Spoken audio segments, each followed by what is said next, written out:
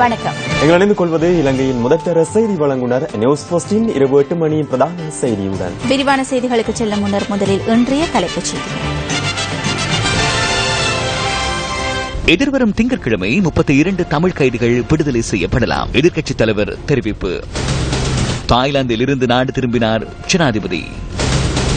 நாட்டின் பொருளாதாரத்தை மேம்படுத்துவதாக பிரதமர் பாராளுமன்றத்தில் சூளுரை. இலங்கையின் பிரபல தொழிலதிபர் கலாநிதி சோமா எதிரிசிங்கவின் புகழுடல் அக்கினியில் சங்கமம். அவன்கார்ட் சம்பவம் தொடர்பில் விடயத்துக்கு பொறுப்பான அமைச்சர் தெரிவித்த கருத்துக்கு போலீசார் பதிலுரை. අනිවාර්යයෙන්ම පොලිසිය ලකුණු දාගන්න අවශ්‍ය වෙන්නේ මහ ජනතාවගේ. වෙන කිසිම ක්‍රමයකින් නෙවෙයි. தமிழ் கைதிகளில் 32 பேர் எதிர்வரும் திங்கட்கிழமை விடுதலை செய்வதற்கு பிரதமருடனான சந்திப்பின் போது இணக்கம் ஏற்பட்டுள்ளதாக எதிர்க்கட்சித் தலைவர் இரா சம்பந்தன் தெரிவிக்கின்றார். அத்துடன் எதிர்வரும் 20ஆம் தேதிக்கு முன்னர் மேலும் 30 கைதிகளை விடுவிப்பதற்கும் ஏற்பாடுகள் மேற்கொள்ளப்படும் என இரா சம்பந்தன் நியூஸ் ஃபர்ஸ்டுக்கு கூறினார். நான் பிரைம் மினிஸ்டரையும் பிரசிடண்டையும் 2 பேரையும் மீட் பண்ணேன். பிரைம் மினிஸ்டருடைய சந்திப்புல ஒரு குறிப்பிட்ட எண்ணிக்கையான கைதிகளை விடுவிப்பதாக ஒரு ஏற்பாடு உருவாகியிருக்கின்றது. ஒரு 32 பேர் அநேகமாக வார திங்கட்கிழமை விடப்படலாம். அதைத் தொடர்ந்து இன்னும் ஒரு 30 பேர் இன்னும் ஒரு கிழமை 10 நாட்கள் விடுபடலாம். 20ஆம் தேதிக்கு முன்பதாக. இனியவர்களை பொறுத்தவரையில் சில பேர் குற்றவாளிகளாக கண்டுபிடிக்கப்பட்டு தண்டனை விதிக்கப்பட்டுள்ளது. அவர்களுக்கு ஜனாதிபதி ஒரு மன்னிப்பு கொடுக்க வேண்டும். அவர்களுடைய எண்ணிக்கை 48.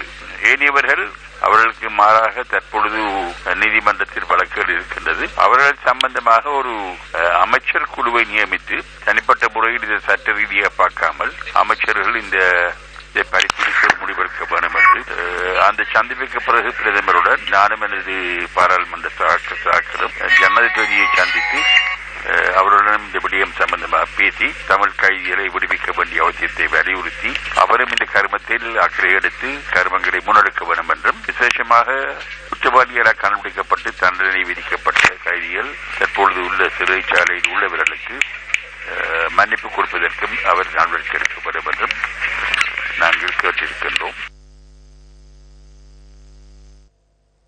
இலங்கையின் பிரபல தொழிலதிபரும் EAP குழுமத்தின் தலைவருமான கலாநிதி சோமா எதிரிசிங்கவின் இறுதிக்கிரியைகள் இன்று பொரளை மயானத்தில் நடைபெற்றன. கலாநிதி சோமா எதிரிசிங்க தனது 76வது வயதில் இன்று இயற்கை எய்தினார். தொழிலதிபராகவும் சமூக சேவையாளராகவும் திரைப்பட தயாரிப்பாளராகவும் பிரபல்யம் அடைந்திருந்த கலாநிதி சோமா எதிரிசிங்க சிறிது காலம் நோய்வாய்ப்பட்டிருந்தார். கொழும்பு தனியார் வைத்தியசாலையொன்றில் சிகிச்சை பெற்று வந்த அவர் இன்று காலை இயற்கை எய்தினார். இன்று பிற்பகல் வரை சோமா எதிரிசிங்கவின் பூத உடல் பொரளை சுலைமான் டெரஸில் உள்ள அன்னாரின் வீட்டில் மக்கள் அஞ்சலிக்காக வைக்கப்பட்டிருந்தது. பூத உடலுக்கு ஜனாதிபதி மைத்ரிபால சிறிசேன மற்றும் அமைச்சர்கள் பாராளுமன்ற உறுப்பினர்கள் உள்ளிட்ட பலர் அஞ்சலி செலுத்தினர். කාලේ හැටියට සෝමා එදිරිසිංහ මැතිණිය වගේ කෙනෙක් ඇත්තටම වියෝවීම සමාජයට බරපතල පාඩුවක් විදිහටයි මම දකින්නේ. ඒ නිසා ඒ පිළිබඳව අපි දැඩි ලෙස සංවේගයට කනගාටුවට පත් වෙනවා වගේම එතුමියට නිවන්සුවත්පත් වේවා කියලා ප්‍රාර්ථනා කරමු. பல்வேறு துறைகளை சேர்ந்தவர்களும் கலாநிதி சோமா எதிரிசிங்கவின் பூத உடலுக்கு அஞ்சலி செலுத்தினர்.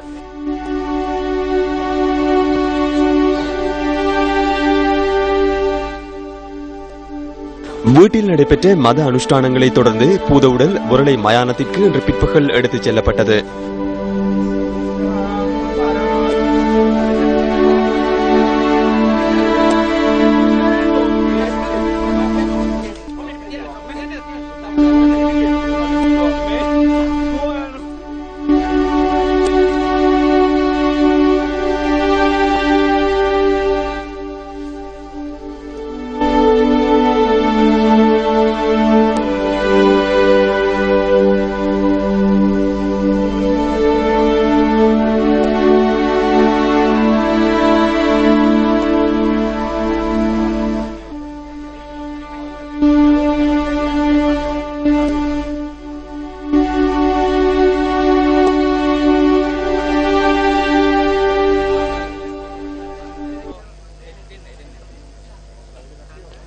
காலஞ்சென்ற கலாநிதி சோமா எதிரிசிங்கவின் வாழ்வியலை மீட்டும் நியூஸ் ஃபர்ஸ்டின் ஞாபகார்த்த தொகுப்பு அடுத்து. 1939 ஆண்டு ஜூலை மாதம் 5ஆம் திகதி மீகுடவில் பிறந்த சோமா எதிரிசிங்க தனது ஆரம்ப கல்வியை மீகுட அரச வித்தியாலயத்தில் பயின்றுள்ளார். இலங்கையின் முன்னணி தொழிலதிபரும் EAP குழுமத்தின் ஸ்தாபகருமான EAP எதிரிசிங்க சமூக சேவையில் அதீத ஆர்வத்துடன் விளங்கிய சோமா எதிரிசிங்கவை திருமணம் செய்தார்.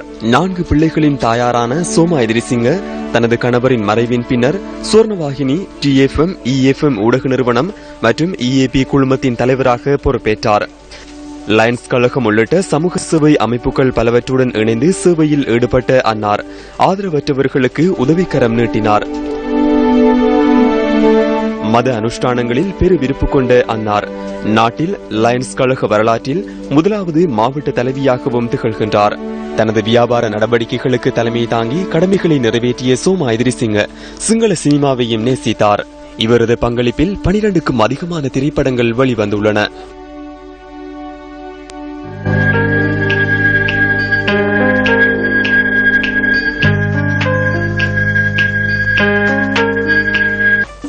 ජීවිතය කියන්නේ හරිම බෝරින් දෙයක් තමයි.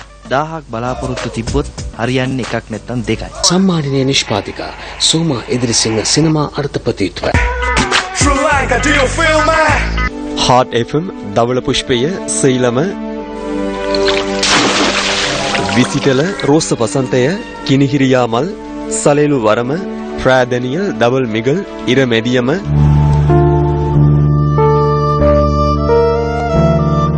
ஹசனி வர்ஷா, தாரகா மல் மற்றும் சர் லாஸ்ட் சான்ஸ் ஆகிய திரைப்படங்களில் இவரது பங்களிப்பு மகத்தானவை. இவற்றுள் சைலம மற்றும் ராதனியல் டபுள் மிகல் ஆகிய படைப்புகள் 90களில் சிறந்த திரைப்படங்களாக தெரிவு செய்யப்பட்டதுடன் ரோச வசந்தைய திரைப்படம் 2001ஆம் ஆண்டு பிரபல்யமான படத்திற்கான விருதினை பெற்றுக் கொண்டது. அனாதரவான மக்களுக்காக ஜனசரண அமைப்பை ஸ்தாபித்ததுடன் முதியோர்களுக்காக சுவநேத மையத்தை உருவாக்கி மறுசீரமைப்பு நிதியம் இவரது தலைமையிலேயே உருவானது. கலாநிதி சோமா எதிரிசிங்க கலையை போன்று சமூக சேவைகள் பலவற்றில் ஈடுபட்டமையினால் தேசபந்து, தேசசக்தி ஆகிய கௌரவ விருதுகளுக்கும் பாத்திரமானார். 2007ஆம் ஆண்டில் சிறந்த சமூக சேவையாளருக்கான மக்கள் விருது சோமா எதிரிசிங்கவிற்கு வழங்கப்பட்டது. முன்னுதாரணமான பெண்மணியாக அனைவராலும் போற்றப்பட்ட கலாநிதி சோமா எதிரிசிங்க மறைந்தாலும் அவரது புகழ் மக்கள் நெஞ்சங்களில் என்றும் நிலைத்திருக்கும். 4 நாள் உத்தியோகபூர்வ விஜயம் மேற்கொண்டு தாய்லாந்து சென்றிருந்த ஜனாதிபதி மைத்ரிபால சிறிசேன நேற்றிரவு நாடு திரும்பினார். இரு நாடுகளுக்கும் இடையில் ராஜதந்திர உறவுகள் ஆரம்பிக்கப்பட்டு 60 வருடங்கள் பூர்த்தியானதை முன்னிட்டு தாய்லாந்து பிரதமரின் விசேட அழைப்பை ஏற்று ஜனாதிபதி இந்த விஜயத்தை மேற்கொண்டிருந்தார்.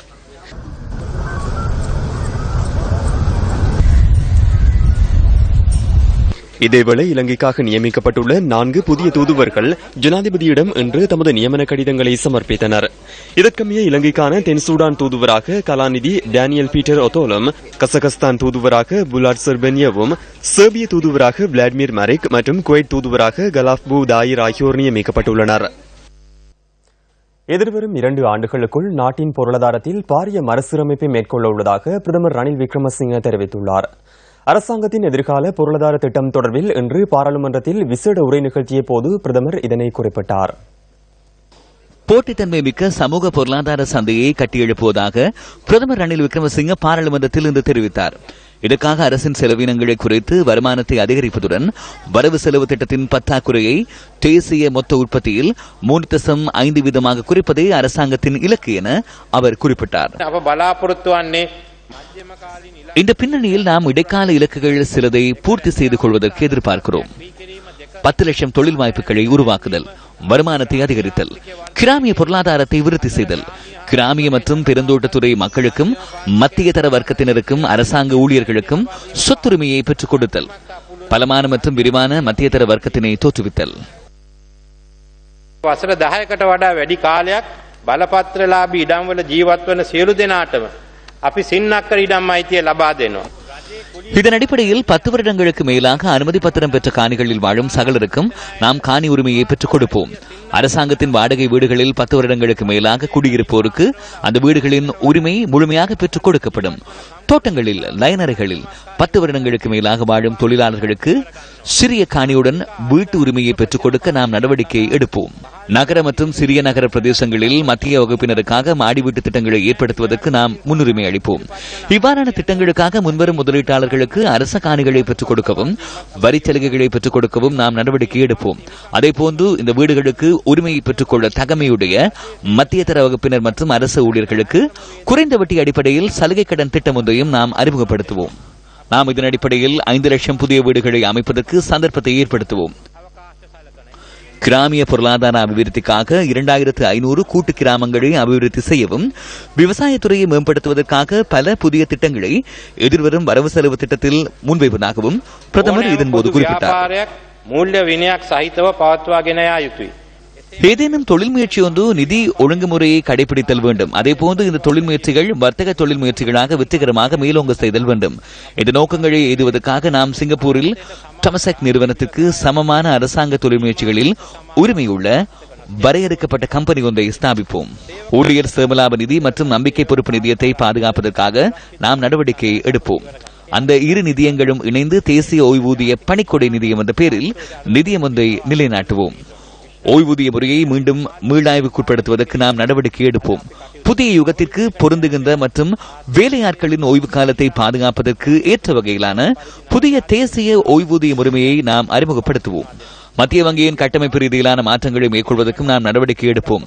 அவர்களுக்கு தங்களது பொறுப்புகள் மிகவும் சுதந்திரமாக நிறைவேற்றுவதற்கான சூழலை தயாரித்து ஊழியர் நம்பிக்கை பொறுப்பு நிதியத்தின் மற்றும் சிலாவணி கட்டுப்பாட்டு பொறுப்புகள் அவர்களிடமிருந்து அகற்றப்படுகிறது.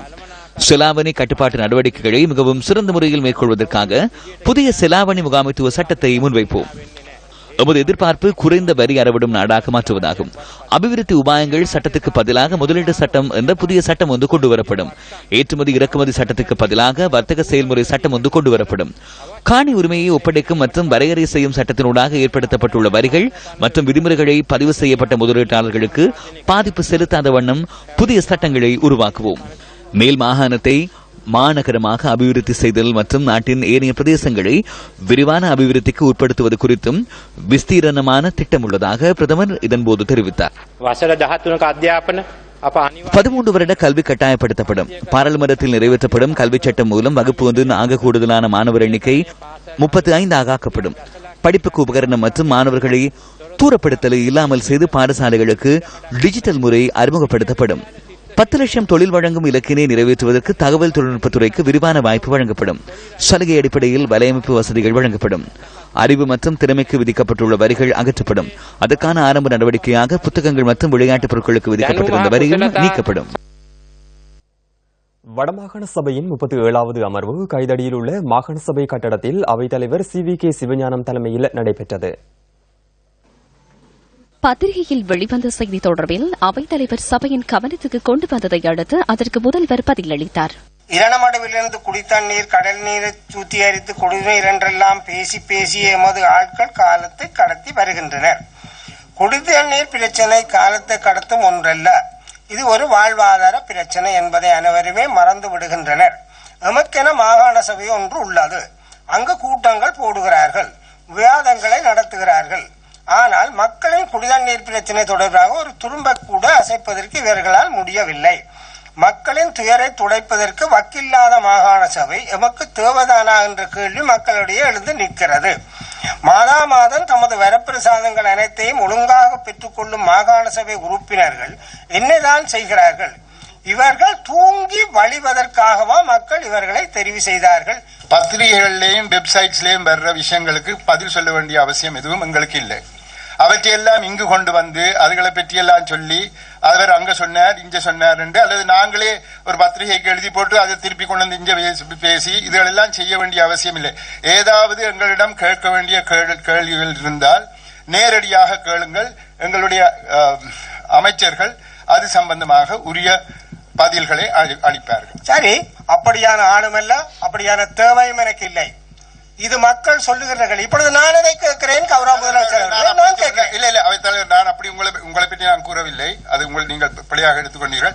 யாழ்ப்பாணத்தில் நீண்ட காலமாக நிலவி வரும் சுன்னாகம் நிலத்தடி நீர் பிரச்சினை தொடர்பிலும் சபையின் கவனத்துக்கு கொண்டு வரப்பட்டது. குடித்தண்ணீர் பிரச்சினை தொடர்பாக நாங்கள் போகின்ற இடங்களில் எல்லாம் கேள்விகள் இருக்கின்றன. கண்டிப்பாக அது தொடர்பான தெளிவு மக்களுக்கு சபையினால் வழங்கப்பட வேண்டும். சம்பந்தப்பட்ட அமைச்சர் நினைக்கிறேன் அந்த ஆய்வுகள் தொடர்பாக இந்த நிலையில் இருக்கிறதுன்னு தெரியாது. அந்த ஆய்வுக்கு முழுமையான அறிக்கை முடிவடைந்து விட்டது எங்களுக்கு தெரியாது. இந்த தண்ணி குடிக்கலாமா குடிக்க இயலாதா என்பதுதான் மக்களுடைய கேள்வி. இந்த சுண்ணாகம் நிலத்தடி நீர் தொடர்பான பிரச்சனை நாங்கள் நினைத்தது போன்று அவ்வளவு எளிமையானதாகவோ அல்லது இலகுவானதாகவோ எங்களுக்கு இருக்கவில்லை.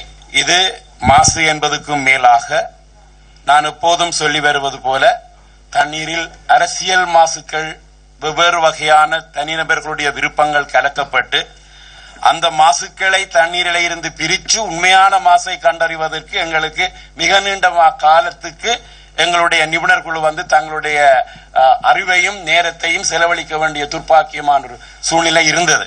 உள்நாட்டில் இருக்கக்கூடிய நிபுணர்கள், அவர்களின் மூலம் வெளிநாடுகளிலிருந்து எங்களுக்கு பங்கேற்ற நிபுணர்கள் எல்லாருமாக சேர்ந்து தற்சமயம், அதாவது கடந்த வாரம் கூடி இறுதி அறிக்கையை வந்து அவர்கள் தயார் செய்து முடித்துள்ளார்கள்.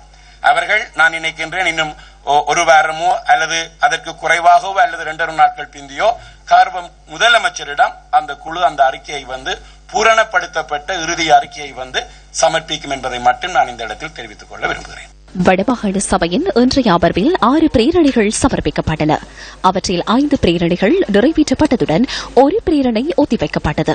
முல்லைத்தீவு மாவட்டத்தில் கரைத்துறைப்பற்று பிரதேச செயலக பிரிவில் சட்டரீதியற்ற முறையில் இடம்பெறும் காடழிப்பு தொடர்பில் வடமாகாண சபை உறுப்பினர் துரைராசா ரவிகரனினால் கொண்டுவரப்பட்ட பிரேரணை ஒத்திவைக்கப்பட்டது. தமிழ் கைதிகளுக்கு பொது மன்னிப்பு வழங்க வேண்டும் என்ற அவசர பிரேரணை இன்றைய அமர்வில் ஏகமனதாக நிறைவேற்றப்பட்டது. தடுத்து வைக்கப்பட்டுள்ள தமிழ் அரசியல் கைதிகளை நிபந்தனை எதுவுமின்றி பொது மன்னிப்பு வழங்கி உடனடியாக விடுதலை செய்து தனது நல்லிணக்க சமிஞ்சையை தமிழ் மக்களுக்கு வழங்க வேண்டும் என அதிமேதகு ஜனாதிபதி அவர்களை இந்த சபை கோருகிறது என்பதுதான் என்னுடைய இந்த பிரேரணை. பல இடங்களிலே, உலகத்திலே பல நாடுகளிலே யுத்தம் முடிவுக்கு கொண்டு வரப்பட்ட பின்னர் அந்த யுத்தத்தில் ஈடுபட்ட இனக்குழுக்களுக்கு இடையிலே நல்லொரு புரிந்துணர்வை ஏற்படுத்தி அந்த பிரச்சனை ஒரு நிரந்தரமான அரசியல் தீர்வை நோக்கி போவதற்காக இவ்வாறான பொது மன்னிப்பு வழங்கப்பட்ட சம்பவங்கள் பல இருக்கின்றது. வடமாகாண சபை அமர்வின் பின்னர் மாகாண சபை கட்டிடத்தில் வடமாகாண ஆளும் கட்சியின் சில உறுப்பினர்களின் சந்திப்பு இடம்பெற்றதாக மாகாண சபை உறுப்பினர் வேந்தன் கனகரத்னம் தெரிவித்தார். வடக்கு மாகாண சபையிலே ஆளுங்கட்சி உறுப்பினர்கள் மாகாண சபை அமர்விற்கு பிற்பாடு ஒரு சந்திப்பை ஏற்பாடு செய்திருந்தார்கள். அதிலே குறிப்பாக அமைச்சர்கள் தவிர்த்து மற்றும் முதலமைச்சர் அவைத் தலைவர் அவர்களை தவிர்த்து ஆளுங்கட்சியைச் சேர்ந்த கிட்டத்தட்ட 20 உறுப்பினர்களுக்கு மேல் நாங்கள் தனியாக கூடி சில முடிவுகள் எடுத்த நாங்கள். அந்த முடிவுகள் என்னவென்றால், குறிப்பாக கடந்த 2 வருட இந்த பதவி காலத்திலே மாகாண சபையிலே இருக்கக்கூடிய மாகாண அமைச்சர்கள் உறுப்பினர்களோடு இணைந்து செயல்படுவதில்லை என்ற ஒரு பொதுவான அபிப்பிராயம் சகல உறுப்பினர்கள் மத்தியிலும் இருந்தது. அது மட்டுமில்ல, மாவட்ட ரீதியாக வடமாகாணத்திலே 5 மாவட்டத்திலும் பிரதிநிதித்துவப்படுத்தப்படுகின்ற மாகாண சபை உறுப்பினர்கள் ஆளுங்கட்சியிலே பெரும்பான்மையாக இருக்கின்றார்கள். அவர்களை அந்தந்த மாவட்டத்திலே முன்னுரிமைப்படுத்துவதில்லை என்றும், பிரதேச அபிவிருத்திகள் மற்றும் மக்கள் நலன் சார்ந்த விடயங்களிலே அவர்களை உள்ளீடு செய்வதில்லை என்ற குற்றச்சாட்டுகள் எழுப்பப்பட்டது. இது தொடர்ச்சியாக ஏற்கனவே பல தடவைகள் நாங்கள் மாகாண சபையிலே பேசியிருக்கின்றோம். தொடர்ச்சியாக உறுப்பினர்கள் புறக்கணிக்கப்பட்டு அவர்களை அமைச்சர்கள் கண்டுகொள்ளாமல் தங்களுடைய செயல் திட்டங்களை தன்னிச்சையாக முன்னெடுத்து வருகின்ற ஒரு சூழ்நிலை தொடர்ந்திருந்தது. காலி எவன்கார்ட் கப்பலில் உள்ள சகல ஆயுதங்களையும் சோதனையிடும் நடவடிக்கை நிறைவடைந்துள்ளதாக குற்றப்புலனாய்வு திணைக்களம் தெரிவித்துள்ளது. கப்பலில் இருந்த 816 ஆயுதங்களும் சோதனையிடப்பட்டதாக குற்றப்புலனாய்வு பிரிவு தெரிவிக்கின்றது. சட்டம் ஒழுங்கு மற்றும் சிறைச்சாலைகள் மறுசீரமைப்பு அமைச்சர் திலக் மாரப்பன பாராளுமன்றத்தில் எவன்கார்ட் கொடுக்கல் வாங்கல் தொடர்பில் நேற்று தெரிவித்த கருத்துக்கள் பரவலாக பேசப்பட்டமை குறிப்பிடத்தக்கது. மண்சரிவு அபாயம் காரணமாக வெளிமட அம்பேவல வாவிக் தோட்டத்திலிருந்து வெளியேற்றப்பட்டவர்கள் தொடர்ந்தும் தோட்ட வைத்தியசாலையில் தங்கியுள்ளனர். மண் சரிவு அபாயம் காரணமாக வெலிவடை பிரதேச செயலாளர் பிரிவுக்குட்பட்ட அம்பிவில வாவிக் தோட்டத்திலிருந்து வெளியேற்றப்பட்ட மக்களே இவர்கள். லயன் அறைகளிலிருந்து வெளியேற்றப்பட்டவர்கள் தோட்ட வைத்தியசாலையில் தற்காலிகமாக தொடர்ந்தும் தங்க வைக்கப்பட்டுள்ளனர். வாவிக் தோட்டத்திலிருந்து வெளியேற்றப்பட்ட 21 குடும்பங்களைச் சேர்ந்த 84 பேர் இங்கு தங்கியுள்ளனர். மண் சரிவு அபாயத்தினால் சொந்த இடங்களிலிருந்து வெளியேற்றப்பட்ட இவர்கள் தற்காலிகமாக தங்க வைக்கப்பட்டுள்ள இடமும் ஆபத்து மிகுந்ததாகவே காணப்படுகின்றது. 98 வயசாச்சு, எனக்கு வயசு இல்லை, வேலை வெட்டி கிடையாது, சாப்பாடு இல்லை, தூங்குறதுக்கு இடம் இல்லை, எல்லாம் கஷ்டத்தில் இருக்கிறேன். இதுவும் இடிஞ்சு போகிற நிலைமையில தான் இருக்குது. எங்களுக்கு ஸ்கூல் போயிட்டு வர டைமில் ஸ்லிப் போயிருச்சுன்னா ஒன்றும் செய்யலாது, படிக்கிறதுக்கும் வசதி இல்லை. எங்களுக்கு ஏதாவது உதவி ஒன்று நீங்கள் தான் செய்யணும் படிக்கிறதுக்கு. எங்கள் வீட்டில் இருக்க இல்லாது, எங்கள் மண் சரிவு வருது வீடுகளில், அதனால இங்கே வந்து இருக்கிறோம். ஸ்கூலுக்கு போக இயலாது, இரவுல படிக்க இயலாது, வெளிச்சங்களில் நல்ல ஸ்கூலுக்கெல்லாம் போக இயலாது. கிடைக்கையும் இல்லை, துக்கத்தோடையும் துயரத்தோடையும் கிடக்குறேன். நீங்கள் தான் பார்த்து ஏதாவது ஒரு வீடு ஒன்று கட்டி கொடுக்கணும் சாமி. எங்களால் ஒன்றும் முடியாது, வயசு போய் நாங்கள் கிடக்குறோம். லயன் அறை என்ற வாழ்விடத்திலிருந்து விடுபட்டு நிரந்தர வீடு என்ற நிலையை அடைவதே இவர்களின் எதிர்பார்ப்பு. ரத்தம் உறிஞ்சும் அட்டைகளுடன் பகல் முழுவதும் போராடும் இந்த மக்கள் இரவு பொழுதின் நிம்மதியான உறக்கத்துக்காக தவிக்கின்றனர். மழைக்காலங்களில் மண் சரிவு அபாயம் காரணமாக வெளியேற்றப்படும் இவர்கள் மீண்டும் ஆபத்து மிகுந்த பகுதிக்கு அனுப்பப்படுகின்றனர். அடுத்த தலைமுறையிலும் தனி வீடுகளில் வாழ வேண்டும் என ஏங்கும் இந்த பெற்றோரின் எதிர்பார்ப்பு நிறைவேறும் காலம் உதயமாகுமா? திருகோணமலை லிங்கபுரம் கிராமத்திற்குள் அன்றாடம் நுழையும் காட்டு யானைகளின் அட்டகாசத்தினால் சொத்துக்களுக்கு சேதம் ஏற்பட்டுள்ளது. பயிர் நிலங்களையும் இந்த காட்டு யானைகள் நாசப்படுத்துவதால் பொருளாதார ரீதியில் பாதிக்கப்பட்டுள்ளதாக மக்கள் குறிப்பிடுகின்றனர். தலசீமியா நோயால் பீடிக்கப்பட்டுள்ள நோயாளர்களுக்கான நிதியம் ஒன்றை ஸ்தாபிக்கும் திட்டம் கொழும்பில் நேற்று முன்னெடுக்கப்பட்டது. தலசீமியா நோயால் பீடிக்கப்பட்டுள்ள சிறுவர்களுக்கு சிறந்த எதிர்காலத்தை எவ்வாறு உருவாக்குவது என்பது தொடர்பில் இதன்போது ஆராயப்பட்டுள்ளது. It is estimated that we have over 2,000 patients with beta thalassemia major.